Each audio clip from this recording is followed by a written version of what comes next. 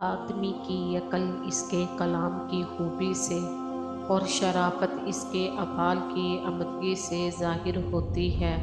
عقل کو خواہش پر فضیلت حاصل ہے، کیونکہ عقل زمانے کو تمہارے ہاتھوں میں دے دیتی ہے، جبکہ خواہش تمہیں زمانے کا غلام بنا دیتی ہے۔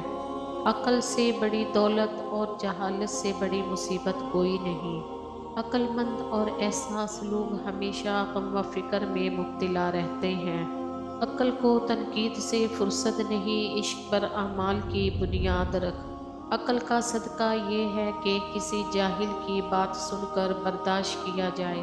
عقل مند ہے وہ شخص جو انجام سوچ کر کام کرے۔ عقل والوں کے نصیبوں میں کہاں ذوق جنون، یہ عشق والے ہیں جو ہر چیز لٹا دیتے ہیں۔ ہر چیز کا صدقہ ہوتا ہے اور عقل کا صدقہ یہ ہے کہ جاہل کی بات سن کر برداشت کرنا، احمقانہ سے درد بیان کرنا، عقل مندی سے ضبط کی انتہا کرنا۔ عقل کا غلط فیصلہ بھی جذبات کے صحیح فیصلوں سے بہتر ہوتا ہے۔